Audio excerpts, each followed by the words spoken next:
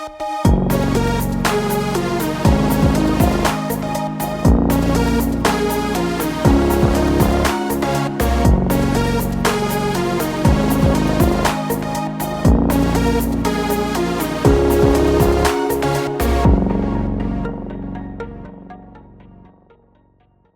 everyone. Welcome to Let's Go Up Podcast Edition, where we explore the mysteries of the kingdom of heaven. We're your hosts. I'm Dean. And I'm Karitas.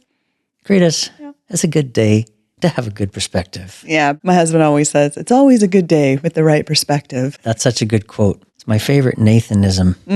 Karitas, today we're going to talk about something kind of out there. It's going to be tons of fun. Okay. We're calling it alternate timelines. If you are afraid, don't be. Do not fear. But we're exploring some mysteries. We're exploring some mysteries today. That's what we do here. We explore the mysteries of the kingdom of heaven. Before we move on, we should tell people about our website. Yeah, we can't forget that. No. www. Oh, no. Skip the www already, okay? letsgoup.us. Perfect. Because we're in this together. And it always helps if you like, share, and subscribe to this podcast. And you know what to do if you want to be notified. There's a little bell. That's right. Click it. Click the bell. Karitas, I hear that you got stuck in an elevator. Oh my goodness. Super traumatizing if you're claustrophobic. Thankfully, I'm not claustrophobic. It was my own fault, okay? I feel like the Holy Spirit gave me a heads up because I was on the 10th floor of this building and I feel this slight nudge. Don't go in that one. It was the elevator that takes you straight down to the parkade. You bypass the lobby. Right. But I was like, then I have to wait longer and go through the lobby. So I just ignored it like a rookie mistake. Ignore the Holy Spirit's warning. I went in and around floor 4, between floor 4 and 5, just stops. Really? And I should have known, like a week before that elevator was out of service. So the week before it was out of service. Yeah, it had a bad track record. Right. Okay. But I went in anyways to save time. Right.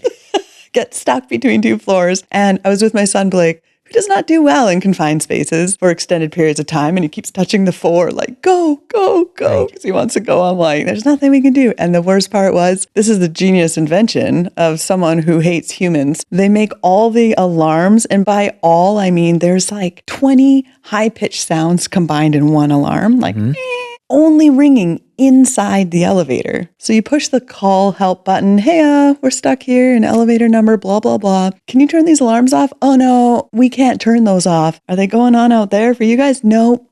So the people stuck in the elevator have to listen to the sound. The people that can't do anything about the situation. Right. The people that should be hearing them outside, nothing.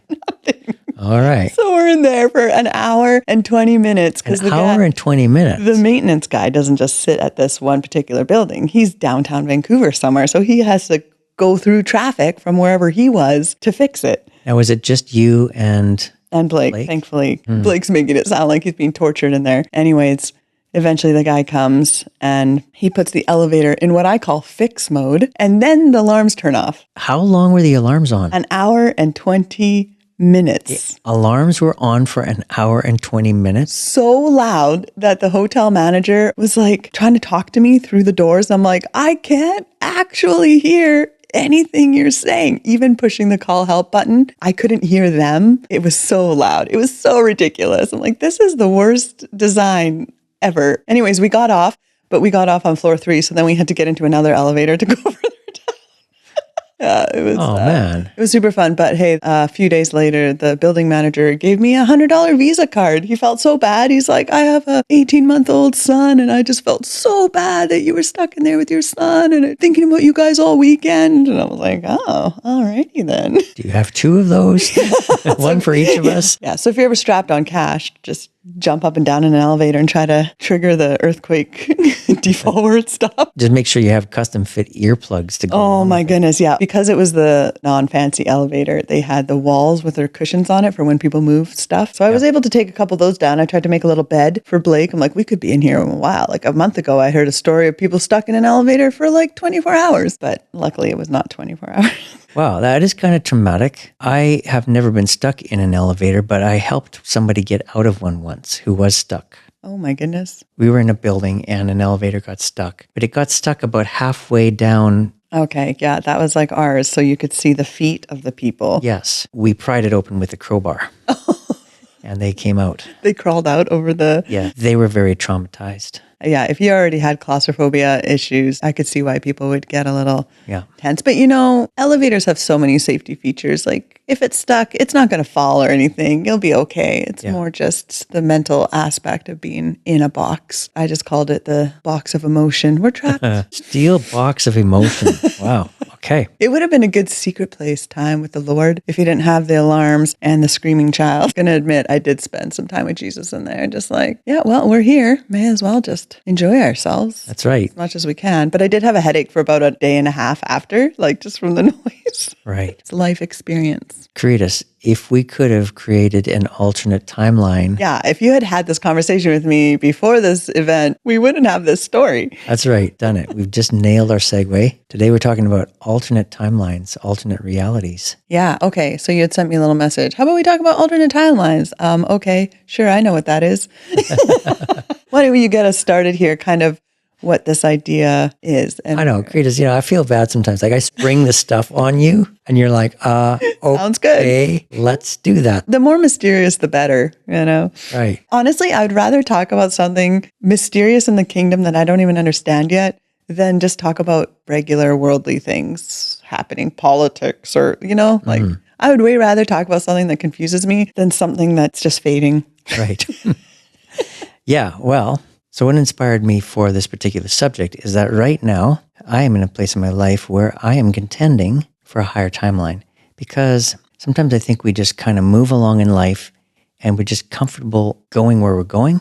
And we never stop to think maybe there's something better. Yeah, we kind of think, it is what it is. Yeah. This happened, so I guess that's happening. Mm-hmm. A couple of months ago, I felt like I was supposed to leave a job that I was at. I didn't really know why, but I just knew that there was a higher timeline somehow. There's something else. And you can stay in something for years. Time goes by so quickly, 5, 10, 15, 20 years. By the time you get to the end of it, you're like, I actually didn't reach any further, right? We can become so comfortable in a mold and in a economic place and a workplace, and we can spend years there and never break out of it and never go higher, especially if you feel the call of God on your life and if you feel like there is something higher. I encourage you to think about the fact that there might be a higher timeline available for you. Yeah. But I think when we talk about timelines, we kind of need to define what that is, right? Yeah. That was going to be my next question. I don't actually have it written down. Dean, what do you mean when you say timeline? Right. What I mean when I say timeline is just a different future, like a different version of reality. Let's say that you're doing life one way. Let's say that you're in a certain economic path. Let's say you're making a certain amount of money. I don't know, whatever it might be. And I'm just using that as an example. Let's say that you're in a certain condition physically. Is there a higher timeline? Like, is there another way of doing this? Is there a better place? Is there a place that's higher? Because we're not really from this world. And we tend to think in our minds that it's all about this world. Yeah, we're kind of like taught that, right? Yeah. Genetically, this is your timeline because your grandfather and your father and your uncle had this. So then you will probably, most likely, very definitely have this as well. So then you start to expect it. Yes. Oh, your family has this generational trauma. Yep. And so you will probably have this too. Yep. This is the economic, financial level your family is always kind of maxed out at. Yep. So, and it's just normalized that. It's normalized. Yeah. Now it's your turn. That's right. Maybe you can polish it up a little bit and change a little bit of it here and there, work hard enough, but it's sort of set. Yes. For you. That's sort of how we're taught in this world. Exactly. We become very comfortable in a certain box. And a lot of times that was set for us by patterns that we've seen in our past or in our family. Like you said, genetics, stuff like that. But do we have to normalize those timelines in our life? Good question, Dean. Good question. Good question. The question of the day. Our future has not been written yet. There are multiple endings and options. We need to frame up what we want our future to become and engage with Yahweh's light and love to create a different timeline because He's good and He has goodness on steroids available for us. There is a higher timeline. All we're saying today is, what might yours be and how might we reach for it? Timelines come in multiple different areas of our lives. They can come in relationships.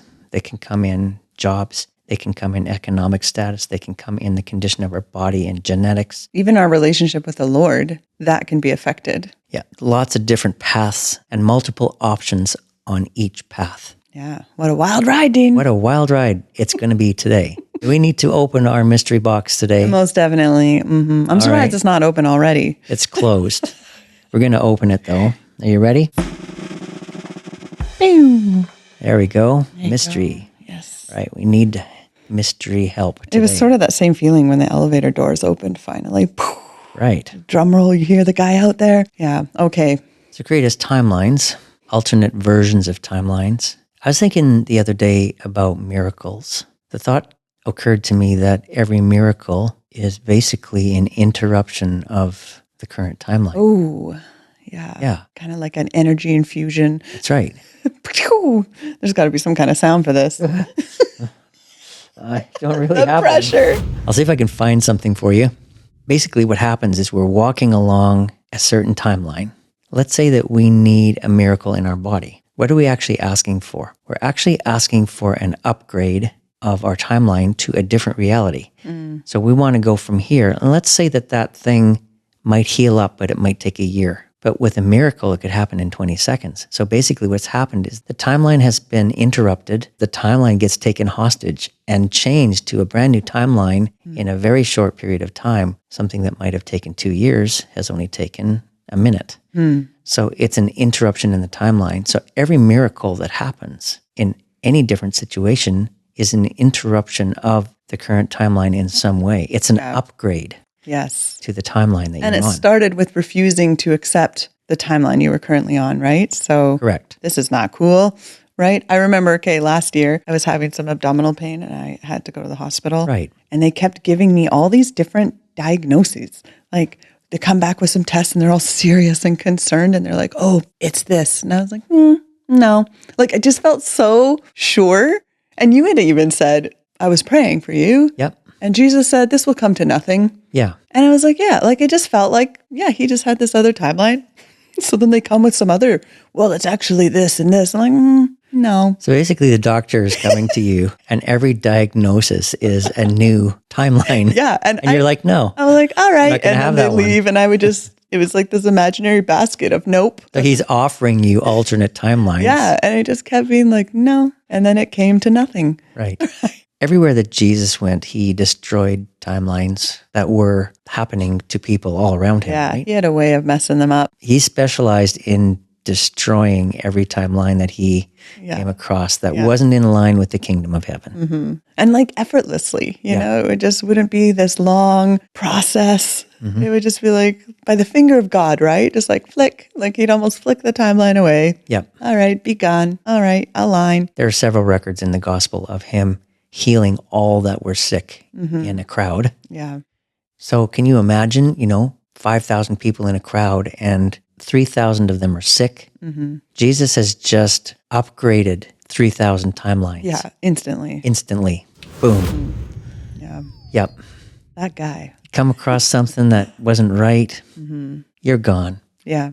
We're going with a higher version here. Yeah. This way the demons would see him from afar and start freaking out. They're like, oh, geez, this is the guy that changes timelines. Yeah, that's right. He just like doesn't tolerate this Yeah. broken trajectory that we're laying out for people as the only way. Yeah. This is your life. Accept it. It's not the only option. Your current timeline is not your only option. And we got some good scripture backing us up and experience. And We do.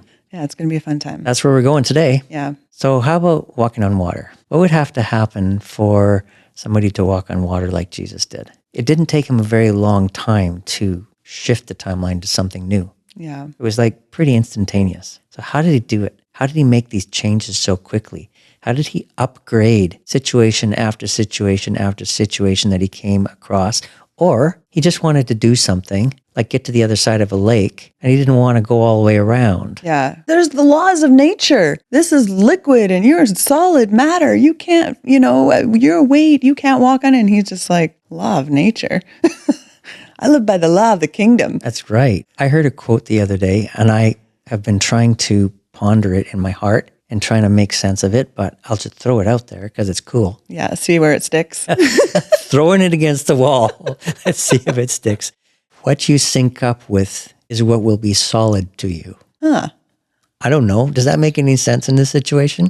Jesus walking on water, syncing up to the kingdom realities. I want to go there the shortcut way, so I'll just walk on it. That's right. Yeah. So basically, he said to the timeline of the law of gravity, not today. Mm-hmm. I'm going to actually do something different here. And he had instant access to invisible realm material that took him onto a different timeline and put him on solid footing on water. And he did that over and over. They would be mad at him getting ready to throw him off the edge of a cliff. And all of a sudden he would dematerialize and walk through the crowd and disappear. Yeah. So, I was thinking your dad driving a big, huge school bus on a frozen lake really wasn't that bad of a decision. He was just living by a different timeline. He was playing with... He was playing with the timelines. Yeah. As the bus started to kind of sink into the ice. Yeah. It did not, though, fall into the water. He knew Jesus, that man. Yes, my dad knew Jesus.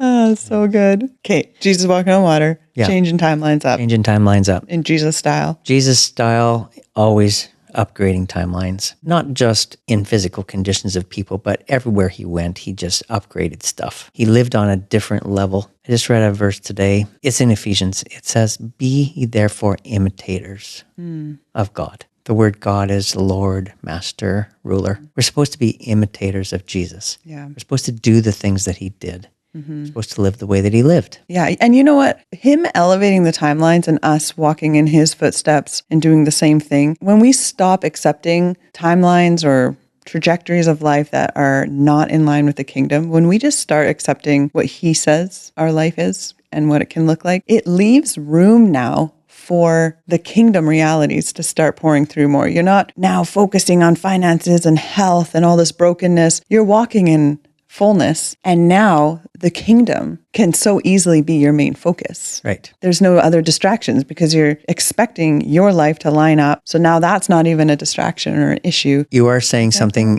very profound. I'm going to go to Matthew. I feel like between our brains, we can get this out. We can. We're syncing up with the timeline. up. So Jesus spends like half of a chapter talking about all of the things that we eagerly seek after. Food and clothing and all this stuff. And he says, the Gentiles seek after those things eagerly. They're very important to them. But he says, seek first the kingdom of heaven and his righteousness, and all those things will be added to you. So if you are seeking the timelines of the kingdom of heaven, the trajectories of that kingdom, all that stuff is just going to come to you. You're not going to have to be working for it and seeking after it. It's going to be added to you. Yeah. So he would be walking around and just see things that weren't in line with the kingdom and would align them. And that way he could focus on the kingdom. That's right.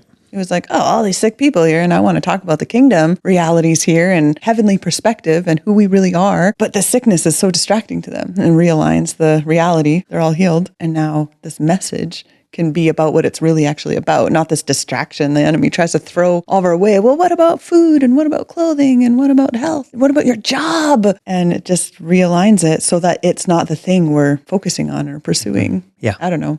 Yeah. So in all the different areas of our life, like we were talking about, like there's your relationship self, there's your physical self, there's your job self, there's your monetary self, all of the different pathways and the things that make up consciousness. Each one of those things has many different possibilities and upgrades attached to it in the world of the spirit or in the invisible world. I heard somebody explain it a while ago that there's this realm of possibilities, and each part of our life has multiple different possibilities that are available to us. When we're talking about timelines, there's a lot of different possibilities in a lot of different areas. Some of us are more advanced in one area. I have a friend who is super advanced in the area of finance. Somehow he just gets that God is his supplier. And wherever he goes, things happen. And he walks in such a high timeline in that particular area of his life, but his body is a wreck, right? Yeah. So he has problems with his knees. He's got everything is wrong. He's falling apart. And so it's like he's so high there, but this one particular area of his life is lacking. So the thing that amazes me about Jesus is that he seemed to cover all of them equally, and he lived so high on all those different lanes. Yeah. And he upgraded those timelines, all of them for different people all the time. He didn't just prioritize what maybe your gifting was. That's right. And then that's the high area in your life. Your whole life was lifted up in him. The whole thing was complete and whole. I think we can look at the one thing and think, well, this area I'm really gifted in, and the rest someone else is better at. Right. Paul said, I will glory in my weaknesses because then he can be made strong. So how do we want to tackle this? Well, I'm still waiting for you to start weeping, but that's clearly not going to happen. You want me to start weeping? What? Okay. I was watching a podcast and the guy was weeping. It was beautiful, Dean. And I was like, I need to get Dean to weep more. It's just like really touching. He's really like feeling it. It wasn't like sad weeping. It was just emotional. Okay. So my goal last year was to try to get you to sing and you refused. So my goal this year now is to get you to tenderly weep. So I should bring my Kleenex. Goals for And that 2025. I'll be prepared. The timeline. I have my Kleenex. I know it will happen. Okay. Listen to this. I read this in the Mirror. All right. I'm there. Colossians 3, see yourselves co-raised with Christ. Now, ponder with persuasion the consequence of your co-inclusion in him. Relocate yourselves mentally. Engage your thoughts with throne room realities, where you are co-seated with Christ in the executive authority of God's right hand. Right? Like a more familiar one is, since you have been raised with Christ, set your hearts on things above where Christ is seated at the right hand of God, and set your minds on things above. Similarly, fill your thoughts with heavenly realities. But I loved how he put that in the Mirror. Relocate yourself mentally. Yeah. Engage your thoughts with throne room realities. Okay. So the throne room realities are the higher timelines. The higher timelines come out of the realm of the kingdom of heaven. We really need to realize that we are not from this world anymore. We're in it, but we're not of it.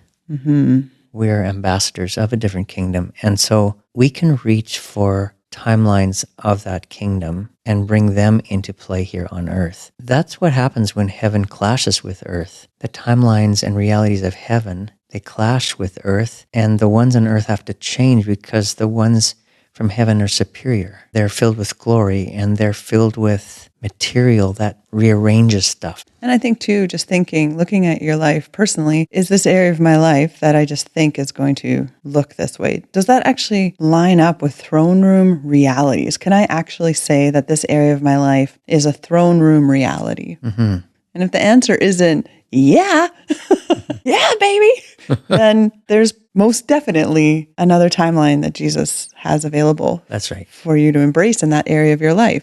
So the thought came to me, of all the different timelines that might be available in all the different lanes of our life, maybe there's hundreds of them, hundreds of upgrades. Where are they? What are they made of? Are they in the realm of thought? If they're in the realm of possibility, what is the realm of possibility? Where are they stored? Because all of the works that we could ever work were created by God before the foundation of the earth, and they're stored up for us to be able to walk in. There's multiple different levels of these things. They're all stored up somewhere. Where's the storage house of the timelines? Oh, Are they held in the heart of God? Are they held in the universe? Where are they? How could we access them? And if we wanted to upgrade a timeline in a certain area of our life, how could we substitute one for another? wow. Questions. Yeah. You know, one of the things that came to me when you were saying that was these things being stored. He talks about spending time with him every day in this secret space.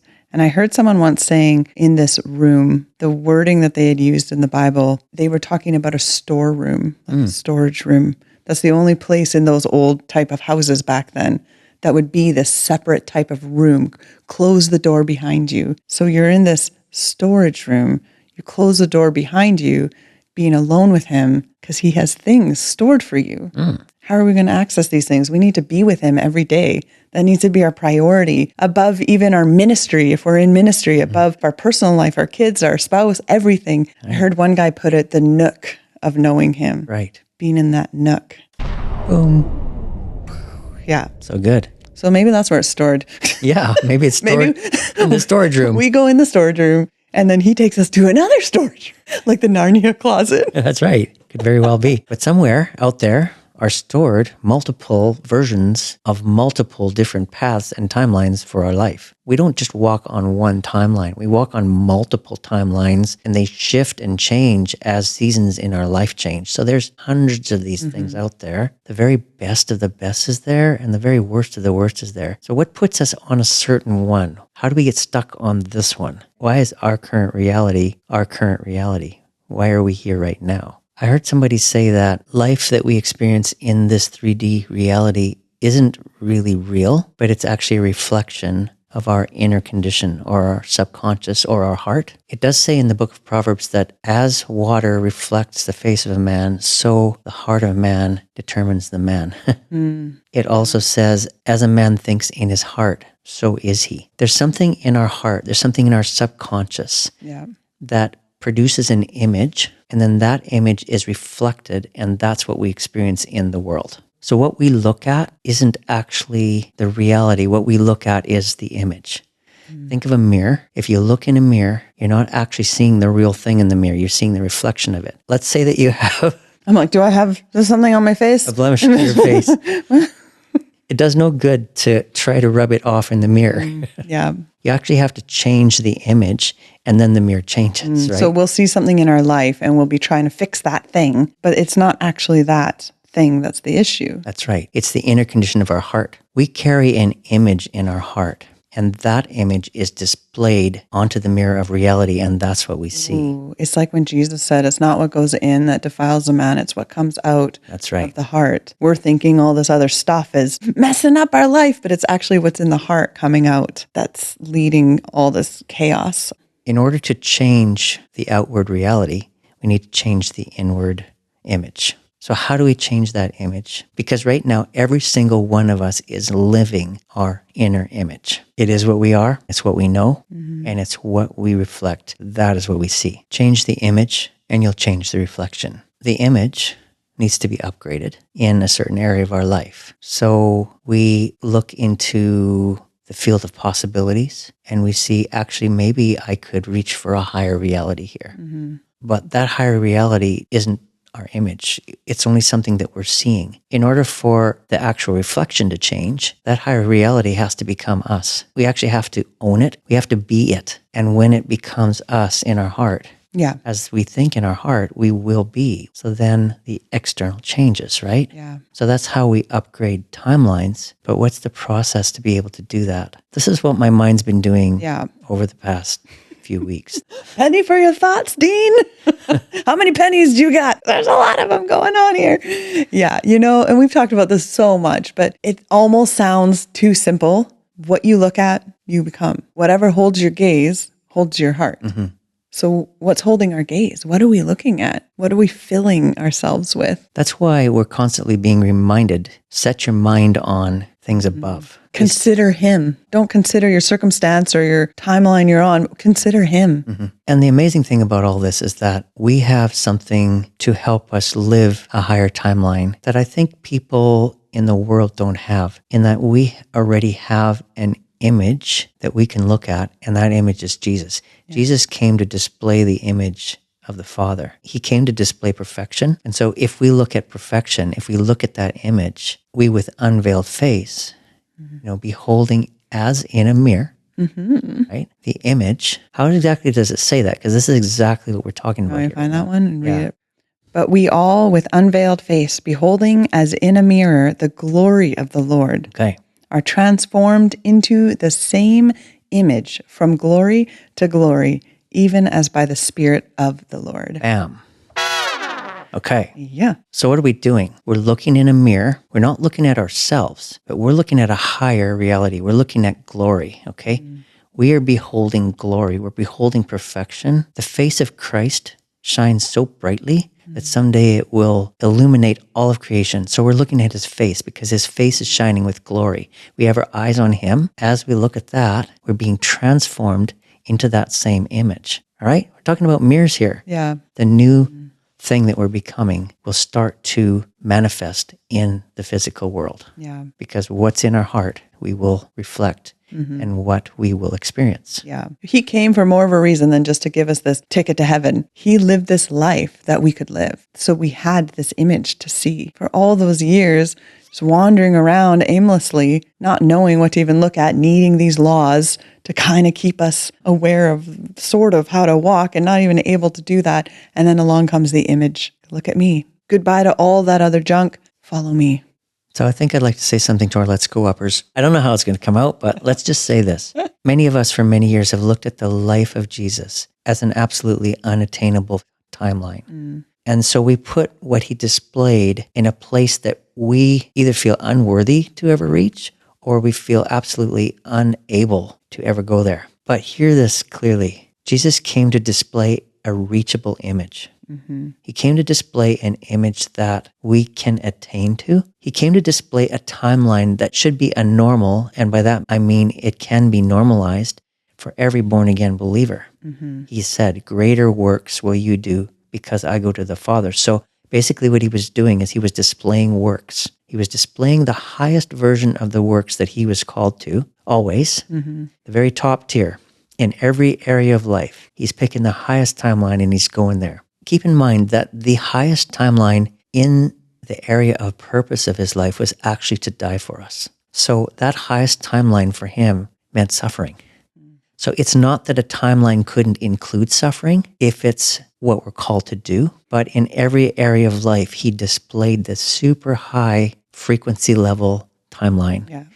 Because he did that, he made available to us high frequency timelines in every area of our life. Yeah. I'm just saying, don't settle for low ones. Take stock. Look at the different areas of our life. Are our relationships suffering? There could be a higher timeline there. Is our health suffering? Could there be a higher timeline there? There are so many different areas, and every one of them has a high timeline as displayed in the kingdom of heaven, because that's where our home is, that's where our heart is, and that's where the image is. And so we can look at that image of Jesus, and we can reach for higher timelines. Yes. Perfection. Cue mic drop. It's down. My job here is done. It's all up to you now. I got to take this one home now. Take it home, Dean. Take it home. Because that was epic. Yeah, like nothing else matters but living by the transforming power of this new creation life. Where does he say that? Galatians? Sounds Galatians-ish. Galatians-esque. Galatians-esque. Living by the transforming power of this new creation life that Jesus showed us that he was living by. I only say what the Father's saying. I'm only listening to him. I'm looking at what he's looking at because I'm in him and he's in me. Then he looks at us. You're in me and I'm in you. Yeah. Which implies we're only doing what we see Jesus doing and saying what we hear Jesus saying in the same way. He put those together for us. He kind of leaves it like this easy puzzle piece. We do kind of have to put that piece together. He's like, I've set it up for you guys. Just, you're so close. Just slide it over just a little bit. I think faith is such a big part of it, right? Listen to this. Ephesians 4, by grace, you have been saved through faith. So every time you release faith into truth, grace comes and makes that truth your reality. So grace is the transformative power. Romans 12, 1 and 2. I beseech ye, therefore, brethren, by the mercies of God, that you present your bodies as a living sacrifice, holy, acceptable to God, which is your reasonable service, your true and proper worship. This is the one, right? Yeah. Do not be conformed to the world, but be transformed by the renewing of your mind, so that you may prove what is that good and acceptable and perfect will of God. The perfect will of God is the highest timeline. We're being transformed by what? By renewing our mind. So our subconscious mind, I believe that our subconscious mind is our heart. We're a spirit or a soul or a body. And our soul contains our mind, but there's also a subconscious mind, a deeper part of us. Yeah. And I believe that that's our heart. Yeah. And lots of other things can be written on there over time. Yes. Right? The world can write things. Your experiences, your family situation, whatever it is, can write things on there. Yeah. And it starts to shape the reality you see your life in. Yeah. Our heart contains an image, which is the culmination of all the experiences, things that we've heard, seen, things that we don't even know that come from our generational past. All of that is contained in an image on our heart, our genetics. Everything is there. Our current reality is a reflection of that heart image. That thing needs to be overwritten. If there's things in it that are not in line with the highest version of our timeline, they need to be rewritten. It's like reprogramming. Didn't one of the prophets call it like, I will write my words on your heart? Yeah, on the tablet of your heart. Our heart needs to be overwritten with the higher timeline. And this verse talks about being transformed by the renewing of our mind. That deep part of our mind needs to be renewed. It needs a new image. Part of the process for that in this particular section of verses is worship. It's talking about presenting ourselves. And what do we do in worship? We're gazing at the image. Yeah. We're gazing at the face. We're face to face. We're looking in the mirror. We're looking at the image of the glory, and we're being transformed from glory to glory. Yeah. Changed. Upgrade of timelines, right? Yeah. This was such a major part of his message. I urge you, I beseech you. Like it was such a, if we get this part, the rest makes so much sense. It's become so natural. So Karitas. We're talking about some language that was used in the book of Hebrews. I'm just going to read this verse because what's going to happen is... You're just going to like place it there. Put it there. We're going to pick this up next week because there's so much more to this, the upgrading of timelines. So it does say in Hebrews 11 verse 2, by faith we understand that the worlds were framed by the word of God, so that the things which are seen were not made of things which are visible. So this verse uses the word framing. When a carpenter frames something up, he puts up the structure for it. He creates the shape for it. And then everything else is filled in within the frame. Today we've been talking about framing up new timelines, framing up new things. We're pulling things out of the invisible realm here, wherever they're stored. I actually do have a theory about that. Okay, you have a theory. I do. It's been a while since you've dropped a theory. I should throw this out there. It's crazy. All the multiple different timelines available for us, the different works that God has made for us, where are they stored? Personally, I think they're stored in the quantum field. Whoa. Okay, the quantum field has been getting a lot of attention lately. We're starting to like get through like this layer of what we called impossible, and it's starting to become possible in science and health and space. Yeah. It's getting wild. Okay. There's a lot of space out there. There's a lot of fabric. I believe that God has woven into the fabric of our universe all of the works, and he stored them out there. He stored them in his heart. His heart is contained in this realm of quantum magnetics that encompasses the entire universe and is all out there. And the image in our heart constantly reaches out to this realm of possibilities, and it searches for the corresponding reality to the image, and then it displays it on the reflection. So we're constantly reaching out to this realm. I believe that the quantum realm is the realm of the heart of God. It's so ordered. It's so strategic. It's so entangled. There's no distance in the quantum realm. It has no time. It has no beginning. It has no end. It has no impossibility. No. And you can take two particles and entangle them, take one particle and move it all the way across the universe, and whatever this one does, that one will do. There's no distance. There's no time. Yeah. There's no disconnect anywhere. Yeah, it's wild. Maybe that's why these stars are having dance parties. That's right. Dance party with the stars. I see why they're dancing. All right. So what we wanted to do is we wanted to drop the framing thing, framing up new realities. God framed up the whole world with this faith thing, this very thing that we need to use to frame up new realities for us. So we're dropping that. Yeah. And next week we're going to pick this up and we're going to go further. Okay. I need some quantum downloads this week then. Okay. Because my brain is hurting. Brain is hurting. It's perfect. It's the best place to be. The stretching of the brain and the understanding. All right. So was that a good conversation? Or was it a conversation? Did I just do all the talking? Oh, I loved it. It was great. I smiled. I laughed. No one wept. Is it really fulfilled? Are we really complete? We are complete. You don't have to weep to be complete. One day, Dean. All right. I have how many more days left in this year? Awesome. Okay, everyone. So that's it for today. That's where we're going to leave it. We hope that you have an awesome week. Yes. Take a look at your timelines. Yeah. And consider that the Father might have even higher ones for you. Amen. Amen. All right. See you next week. See you next time. Bye.